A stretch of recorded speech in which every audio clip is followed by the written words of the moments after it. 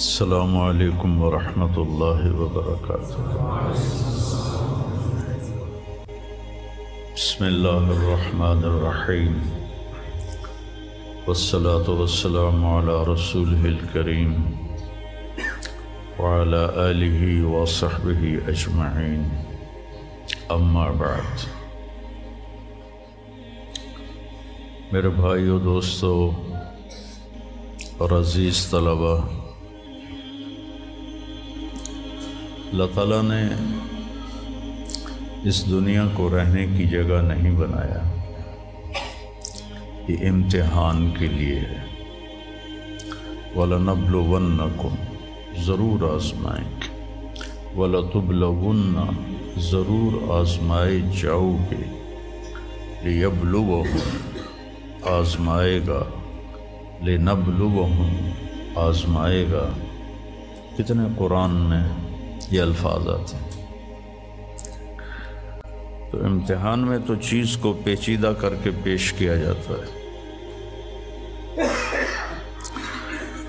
تو بچہ پیدا ہوتے ہی مختلف گھاٹیاں اس کے لیے امتحان ہی ہوتی ہیں، یہاں تک کہ وہ اللہ کو راضی کر کے مر جائے اور اللہ کے پاس پہنچ جائے تو وہ ساری دنیا کے دکھ درد ایک ہوا کے جھونکے سے بھول جاتا ہے۔ تو اس لیے اللہ نے اس کائنات میں اندھیرا رکھا ہے، روشنی کو لانا پڑتا ہے۔ اس کائنات کی اصل اندھیرا ہے، راستہ تلاش کرو، روشنی کو لانا پڑتا ہے۔ دنیا کا 97، اس کائنات کا 97% بالکل گھپ اندھیرا ہے، اس کے بارے میں آج تک کوئی کچھ نہیں جانتا کہ اس میں کیا ہے۔ یہ جو 3% ہے، اس میں اللہ تعالیٰ نے روشنی کا انتظام کیا ہے، یہ بھی اندھیرا۔ والذی جعل الشمس ضیاء والقمر نورا وقدرہ منازل، کہ وہ سورج کو لے کر آیا اور چاند کو لے کر آیا، ورنہ اصل یہ بھی اندھیری کائنات ہے۔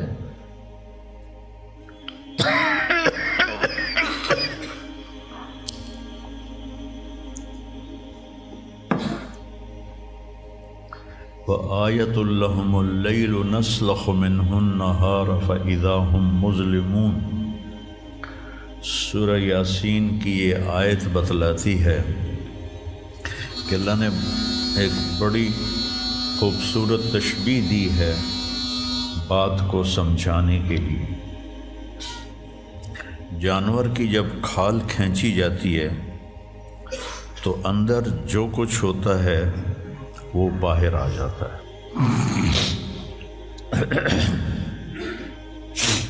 پھل کی جب کھال اتاری جاتی ہے تو اس کے جو اندر ہوتا ہے وہ باہر آ جاتا ہے۔ تو اللہ نے اس کائنات کو ایک جانور سے تشبیہ دی ہے۔ سلخہ کہتے ہیں کھال اتارنا۔ کسائی، آپ عید پہ تو آپ سب بھی دیکھتے ہیں کہ وہ لگے ہوتے ہیں، کھال اتار رہے ہوتے ہیں۔ تو آیۃ لہم اللیل، میری نشانیوں میں سے رات ہے۔ میں کیا کرتا ہوں، اس کو دن کی کھال پہناتا ہوں، تو تم روشن دن دیکھ رہے ہو، ایک دوسرے کو دیکھ رہے ہو کہ میں نے سورج کو حکم دیا تو الشمس تجری لمستقر لہا، وہ اپنے مدار پہ چل پڑا۔ پھر میں نے چاند ایک صبر، تو جب ہم وہ اٹھاتے ہیں تو ہمارے آ رہے ہوتے ہیں۔ تو آیۃ لہم اللیل، میری نشانیوں میں سے رات ہے۔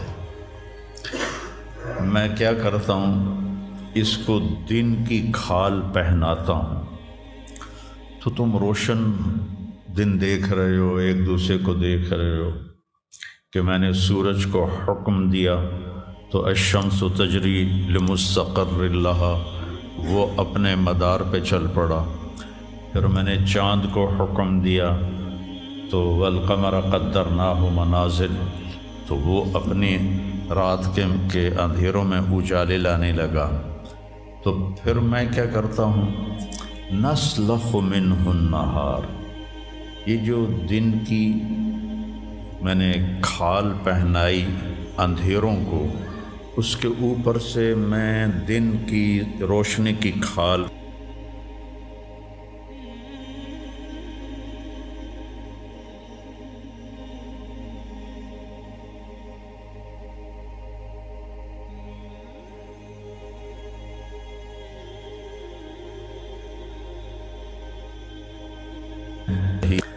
لمبت پریشانیاں رکھ دیں۔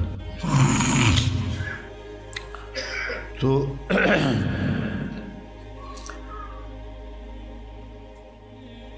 ایسے ہی زندگی میں انسان اندھیرا اس کی آزمائشیں ہیں، اس کی پریشانیاں ہیں، اس کے غم ہیں، اس کے صدمے ہیں، اور روشنی تھوڑی دیر کے لیے جو آتی ہے وہ اس کی خوشیاں ہیں، جو لمحے کے لیے آتی ہیں اور غائب ہو جاتی۔ تو ہمیشہ کی خوشی جس میں غم نہ آئے وہ جنت ہے، اور ہمیشہ کا غم جس میں خوشی نہ آئے وہ جہنم ہے۔ تو اللہ جب جنت والے جنت میں چلے جائیں گے اور جہنم والے جہنم میں چلے جائیں گے تو اللہ کہے گا یا اہل الجنہ، اے جنت والو، وہ کہیں گے لبیک ربنا وسعدیک، یا رب ہم حاضر ہیں۔ تو اللہ پوچھے گا کم لبثتم فی الارض عدد السنین، فیصل آباد میں کتنی زندگی گزاری تھی؟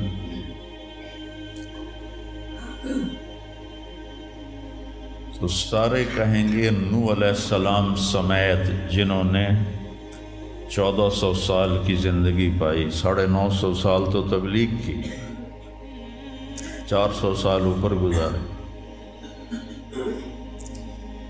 وہ بھی کہیں گے یومن او بعد یوم، یا اللہ یا ایک دن گزارا تھا یا آدھا دن گزارا تھا۔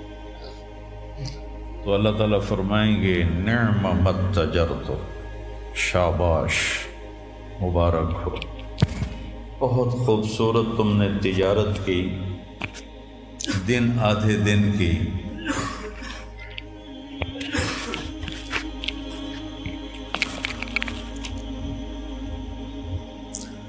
بہت بڑھیا تجارت کی تم نے، دن آدھے دن میں اپنے نفس کو مار لیا اور اپنی خواہشات پہ قابو پا لیا۔ تو آج تم نے کیا تجارت کی ہے؟ تم نے رحمتی و کرامتی و جنتی، تم نے ان ناگواریوں کو برداشت کرنے کے بدلے میں میری دائمی رحمت کو خریدا، میرے دائمی اکرام کو خریدا، اور میری ہمیشہ کی جنت کو خریدا۔ خالدین فیہا، جاؤ مزے کرو، کوئی موت نہیں۔ تو میرے نبی نے فرمایا اگر موت ہوتی تو یہ خوشی سے مر جاتا، لیکن موت ہے نہیں۔ پھر اللہ تعالیٰ جنت جہنم والوں کو پکارے گا یا اہل النار، وہ کہیں گے لبیک ربنا وسعدیک۔ تو اللہ پوچھیں گے کم لبثتم فی الارض عدد السنین، کتنی عمر گزاری دنیا میں؟ تو سب سے لمبی عمر پانے والی قوم عاد تھی، عرب۔ ایک عرب بائدہ ہیں، ایک عرب عاربہ ہیں۔ عرب بائدہ وہ ہیں جو مٹ گئے، ان کا نشانی نسلیں ختم ہو، اس میں قوم عاد ہے۔ ان کا بچہ ابن کثیر نے لکھا ہے 300 سال میں بالغ ہوتا تھا، ہماری 300 سال میں 6 نسلیں ختم ہو جاتی ہیں، 300 سال میں بالغ ہوتے تھے، 500 600 سال 800 700 سال ان کی اوسط ان کی عمریں ہوتی تھی اور بوڑھے نہیں ہوتے تھے۔ ایسے درخت کو پکڑ کے اکھاڑ کے پھینک دیتے تھے، ایسے پکڑ یوں اکھاڑ کے پھینک دیتے تھے، جیسے ہم تیلے کو اکھاڑتے ہیں وہ پورے درخت کو اکھاڑ دیتے تھے۔ تو اتنی لمبی زندگی گزارنے والی قوم اور باقی سارے اہل جہنم کہیں گے یومن او بعد یوم، یا اللہ ایک دن، اور دوسرے کہیں گے نہیں غلط کہہ رہے ہیں، آدھا دن آدھا دن، لم یلبثوا الا عشیۃ او ضحاہا۔ اللہ تعالیٰ فرمائیں گے بئس ما اتجرتم فی یوم او بعد یوم، کیا گھاٹے کا سودا کیا تم نے دن آدھے دن کے بیچ۔ جس کو اللہ گھاٹا کہے وہ گھاٹا ہے، یہاں کے گھاٹے تو اوپر نیچے ہوتے رہتے ہیں۔ تاجر کو ایک سیزن میں نقصان ہوتا ہے، اگلے سیزن میں اللہ اس کو ڈبل نفع دے دیتا ہے، اللہ کا نظام ہے۔ کتنا برا سودا کیا تم نے دن آدھے دن کا، غضبی میرے غضب کو خریدا، سخطی میری ناراضگی کو خریدا، ونار جہنم اور جہنم کی آگ کو خریدا، خالدین فیہا پڑ جاؤ ہمیشہ کے لیے۔ تو میرے نبی نے فرمایا لو کان الموت لماتوا طرحا، اگر موت ہوتی تو یہ غم سے مر جاتے، اور جنت والے لو کان الموت لماتوا فرحا، اگر موت ہوتی تو وہ خوشی سے مر جاتے۔ تو ابدی خوشی جنت میں ہے اور ابدی غم جہنم میں ہے۔ ابھی ایک آیت پڑھی تھی مولی نعمان نے، لہم ما یشاءون فیہا ولدینا مزید، جنت میں جو کچھ تم چاہو گے تمہیں ملے گا، جتنا چاہو گے اتنا ملے گا، جس وقت چاہو گے اس وقت ملے گا۔ پھر جہاں تمہاری سوچ بھی نہیں ہے وہاں سے ہم مزید دینا شروع کریں گے اور دیتے جائیں گے، نہ زندگی ختم ہوگی نہ اللہ کی عطا ختم ہوگی۔ ایک چیز کو ہم دنیا میں چاہے کتنی خوبصورت ہو، کچھ دن کے بعد اس کی کشش ختم ہو جاتی ہے، کیونکہ اس کا حسن ٹھہرا ہوا ہوتا ہے، ٹھہرا ہوا ایک ہی جگہ ہوتا ہے، اور پھر گھٹنا شروع ہو جاتا ہے، کٹنا شروع ہو جاتا ہے۔ لیکن جنت میں کیا ہوگا؟ میرے رب کی عزت کی قسم جو سن رہا ہے، اگر آپ ایک ٹہنی کو بھی دیکھنا شروع کرو گے نا، ٹہنی، ایک ٹہنی، پورا درخت نہیں، ایک ٹہنی، تو اس کو بھی ہزاروں سال دیکھتے رہو گے تو آپ کا جی نہیں بھرے گا کہ اللہ اس کے حسن کو بڑھاتا رہو، بڑھا رہا ہوگا، پڑھا رہا ہوگا، پڑھا رہا ہوگا، پڑھا رہا ہوگا۔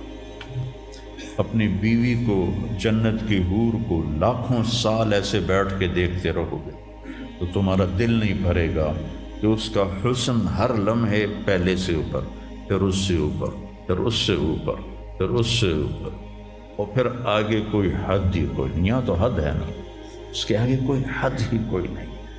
لہٰذا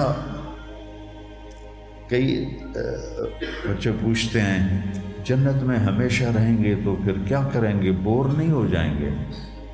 میں نے کہا بیٹا آپ لوگ دنیا کی زندگی پہ قیاس کرتے ہو کہ بور ہو گئے۔ تو میری بہن کے بچے چھوٹے تھے تو جب وہ کچھ کھیل کھول کے تھک جاتے تو پھر ماں سے کہتے اب کیا کریں، اب ہم کیا کریں؟ تو وہ ہم نے دنیا پہ قیاس کیا ہوا ہے کہ جیسے یہاں بور ہو جاتے ہیں ایک لمحے کے کروڑویں حصے میں بھی اللہ کی عطا ایسے جا رہی ہوگی، ایسے جا رہی ہوگی، ایسے جا رہی ہوگی۔ تو لہٰذا آپ کسی چیز سے بھی آپ کا دل نہیں بھرے گا، چاہے آپ کھربوں، دیکھو کھربوں اربوں جو ہے نا یہ دنیا کے لیے وہاں ان کی کوئی حیثیت نہیں ہے، یہ تھوڑا سا اوپر جا کے ویسے ہی ٹائم ختم ہو جاتا ہے، ٹائم میں تو اللہ نے ہمیں باندھا ہے۔ تو وَلَدَيْنَا مَزِيدٌ، یہ جنت والوں کے لیے سب سے اعلیٰ درجے کی آیت ہے کہ لَهُم مَّا يَشَاءُونَ فِيهَا وَلَدَيْنَا مَزِيدٌ، جو چاہو گے پاؤ گے، اور پھر ہم مزید۔ ایک حدیث بھی یاد آ گئی، ایک جنتی ایسے بیٹھا ہوگا ٹیک لگا کے اپنے تخت پر، تو سامنے ایک منظر ہوگا، اس کو دیکھنے کے مزے لے گے، تو اس میں اس کو سال ہا سال گزر جائیں گے۔ تو اللہ کہیں گے میرا بندہ تھا ہکو شے جی پھنس گیا ہے نا، کوئی اور شے بھی کھاؤ، تو اس کے ایسے بیٹھا ہوگا تو اس کے کندھے پہ ایسے کوئی ہاتھ مارے گا، تو ایسے یوں پیچھے مڑ کے دیکھے گا تو ایک لڑکی کھڑی ہوگی جس نے 100 جوڑے پہنے ہوں گے، اور ان جوڑوں میں اس کا پورا جسم چاندی کی طرح، شیشے کی طرح چمک رہا ہوگا۔ جب اس کے چہرے کو دیکھے گا تو ان گالوں میں اسے اپنا چہرہ نظر آئے گا، ایسا شفاف ہوگا یہ۔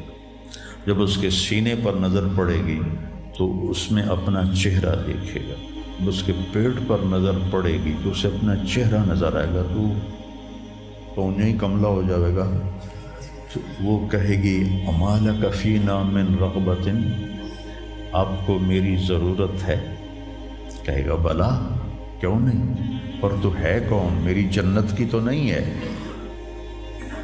یہ جو 72 حوریں ہیں یہ تو شروع میں ہیں، پھر تو ملتی ہی رہیں گی، ہر نعمت، صرف حور نہیں، ہر نعمت ملتی ہی رہے گی۔ تو وہ کہے گا بلا لیکن من انتی، جی تو بڑا چاہ رہا ہے لیکن تو ہے کون؟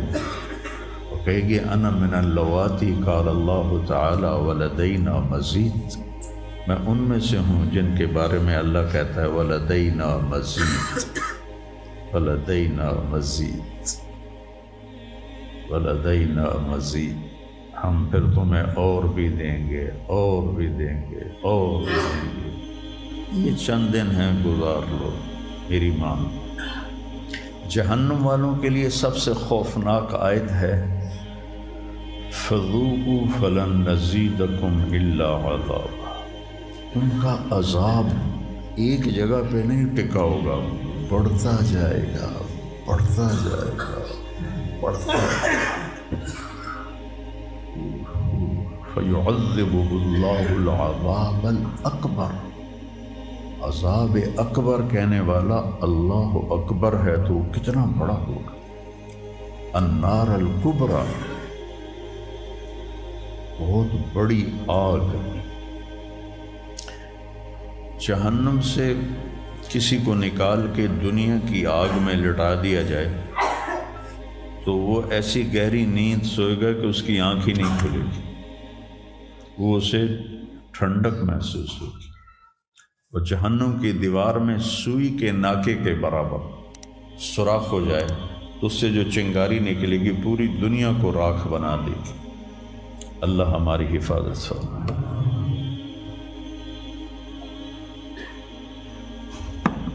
تو یہ پیپر ہے، تو اللہ تعالیٰ کو جو چیز سب سے زیادہ پسند ہے ایمان کے بعد، لا الہ الا اللہ محمد رسول اللہ کے بعد، وہ بندے کا صبر ہے۔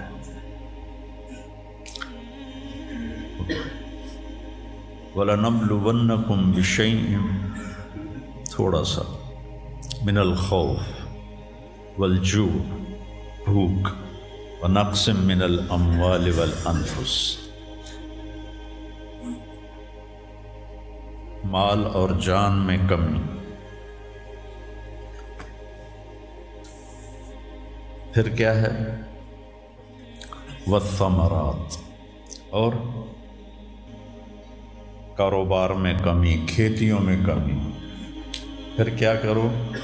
وَبَشِّرِ الصَّابِرِينَ، وَبَشِّرِ الصَّابِرِينَ، صبر والوں کو بشارت دے دو۔ اولئک علیہم صلوات، ان کو اللہ شاباش دے رہا ہے۔ صلوات کا ترجمہ میں کرتا ہوں شاباش، کہ اللہ کہہ رہا ہے شاباش، واہ واہ، کیا کہنے، ورحمہ، اور رحمت بھیج رہا ہے۔ وَأُولَئِكَ هُمُ الْمُهْتَدُونَ، اور یہی ہیں ہدایت یافتہ۔ ایک دفعہ ابن القیم رحمہ اللہ کی اب تو نہ کتاب یاد ہے نہ پڑھا یاد ہے، سوائے ایک فغان بے شرر سینے میں باقی رہ گئی، سوز بھی رخصت ہوا جاتی رہی تاثیر بھی۔ تو انہوں نے تمام صفات ایمان کے ساتھ صبر کو قرآن سے دکھایا تھا۔ ایمان کے ساتھ صبر، نماز کے ساتھ صبر، روزے کے ساتھ صبر، ذکر کے ساتھ صبر، جہاد کے ساتھ صبر، انفاق کے ساتھ صبر، تبلیغ کے ساتھ صبر، ہر چیز کے ساتھ صبر صبر صبر صبر صبر۔ صبر انسان کے ایمان میں ایسے ہے جیسے جسم میں روح ہوتی ہے، روح نکل جائے تو جسم میت ہوتا ہے، ایمان میں سے صبر نکل جائے تو صبر بے جان ہو جاتا ہے۔ وَاسْتَعِینُوا بِالصَّبْرِ وَالصَّلَاةِ، مجھ سے مدد طلب کرو صبر اور نماز سے۔ پھر آگے کہا اِنَّ اللَّهَ مَعَ الصَّابِرِينَ، میں نمازیوں کے ساتھ نہیں، میں صبر والوں کے ساتھ۔ پھر صبر دو طرح کا ہے، ایک ہے جس پر ہمارا اختیاری کوئی، میرے سر میں درد ہے، اب بھی درد کے ساتھ بول رہا ہوں، ان بچوں کو چھٹیاں ہونے والی ہیں، اس لیے تھوڑی بات ان سے کہہ رہا تھا، تھوڑی تمہیداً کچھ اور باتیں آ گئی۔ تو میں کیا کروں؟ کسی سے لڑائی کروں؟ کسی ڈاکٹر کا گریبان پکڑوں؟ میرے لیے صبر کے سوا چارہ کوئی نہیں، مجھے صبر ہی کرنا ہے، اور اپنا دوا کھانی ہے، اگر اللہ اس میں شفا ڈال دے تو اس کی مرضی، نہیں ڈالی تو بھی اس کی مرضی پر راضی۔ یہ صبر ہے غیر اختیاری، اس پر بھی بہت بڑا اجر ہے۔ میرا جوان بیٹا میرے ہاتھوں سے نکل گیا، میں نے اپنے ہاتھوں سے اسے قبر میں اتارا، یہ صدمہ مجھے بھولتا ہی نہیں۔ ساری زندگی بڑی آزمائش، شہرت آپ کو نظر آتی ہے کہ بڑی واہ واہ ہو رہی ہے، بڑا یہ ہو رہا ہے وہ ہو رہا ہے، لیکن اس کے اندر اتنی آزمائشیں ہیں، اگر اللہ سے ڈر کے آدمی چل رہا ہو تو پھر اس میں اتنے امتحان ہیں کہ آدمی کیا تو بچا بچا کے نہ رکھ اسے، تیرا آئینہ ہے وہ آئینہ، کہ شکستہ ہو تو عزیز تر ہے نگاہ آئینہ ساز میں۔ دل ایسے ہی پارا پارا ہو جاتا ہے، برداشت کرو۔